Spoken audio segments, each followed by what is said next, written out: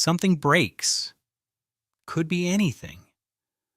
A pipe under the sink, a relationship going cold, a plan that just collapsed 3 hours before it was supposed to happen, and everyone in the room does the same thing. They look around, they wait, they quietly hope someone else knows what to do. And then there is that one person who just moves. No announcement, no visible panic. They walk toward the problem while everyone else is still processing that there is one.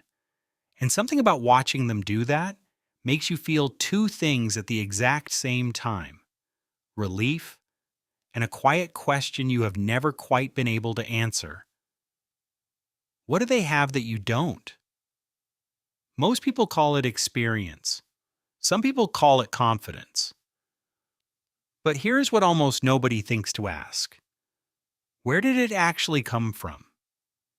And is it the same thing in every person who has it? Because it isn't. And once you understand what is really happening inside someone like that, you are going to start seeing it everywhere. There is a concept psychologist Albert Bandura identified called self-efficacy. Stripped of all the academic language, it is simply your belief that you are capable of handling what is in front of you.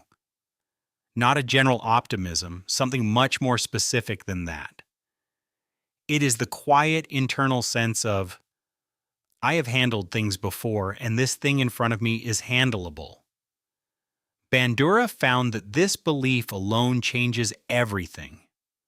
How long someone persists before giving up. How much effort they put in when it gets hard. How quickly they move from feeling the problem to doing something about it. But here's what most people miss about where it comes from. It does not start with a big moment. It starts with something almost embarrassingly small. A kid tries to fix something, really tries, and it works. They wiggled the wire and the lamp turned on.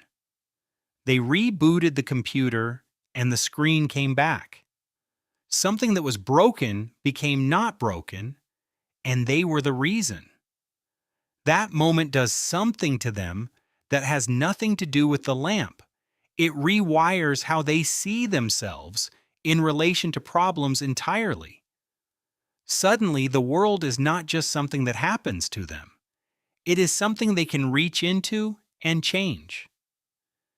And every time and after that, when something breaks, their nervous system does not go into shutdown. It goes into something that looks almost like curiosity, not because they are fearless, but because broken stopped feeling like a verdict and started feeling like a starting point. But here's where I want to be honest with you, because this video would be doing you a disservice if I skipped this part. Not everyone who knows how to fix everything is coming from that place. Some people learned to fix things because it was how they earned their place. The approval was in the solution. Standing there helpless was, at some point in their life, genuinely unsafe. So their nervous system made a quiet decision. I will never be the person who cannot handle this. And that is not strength wearing a calm face. That is a wound wearing a capable one. The tell is when you ask them to step back and let someone else handle something. They cannot rest. They hover. An unfixed thing in the room feels like an unfixed thing inside of them. And then there is the other kind. The person who fixes things because broken things genuinely fascinate them. The gap between not working and working is one of the most interesting places in the world to them. They will take apart something they already fixed just to understand it better. They are not drawn to the outcome. They are in love with the figuring out. Spending time around someone like that does something quiet to you. Because what they model without even trying is that not knowing how to do something is just a temporary state.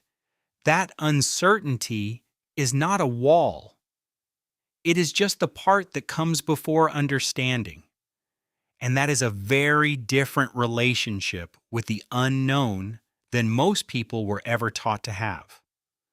The person who walks toward what is broken while everyone else is still frozen, they are not fearless. They are not built differently in some way you could never reach. They just have a relationship with uncertainty that most people were never taught to have.